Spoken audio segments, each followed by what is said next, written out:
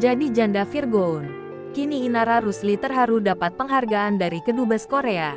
Sebut mereka memperhatikan aku. Berstatus janda Virgoon Tambunan. Inara Rusli kembali mendapat penghargaan. Kali ini, Inara Rusli mendapat penghargaan dari Kedutaan Besar Korea. Kamis tanggal 30 November tahun 2023. Adanya penghargaan tersebut diterima Inara Rusli ketika memenuhi undangan acara 50 tahun persahabatan Indonesia dan Korea.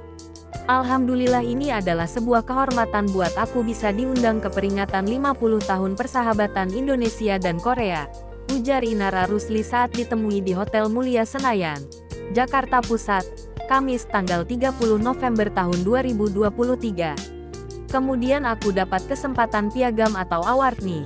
Imbu janda Virgoon. Inara Rusli merasa terharu dengan apa yang didapatkan dari kedubes Korea. Aku terharu juga ya.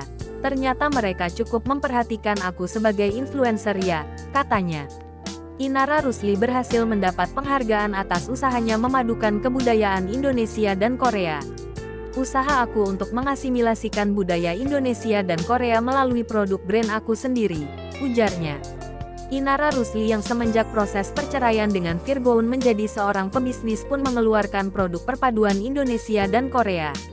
Karya Inara Rusli dinilai menjadi terobosan bagi Korea dan Indonesia.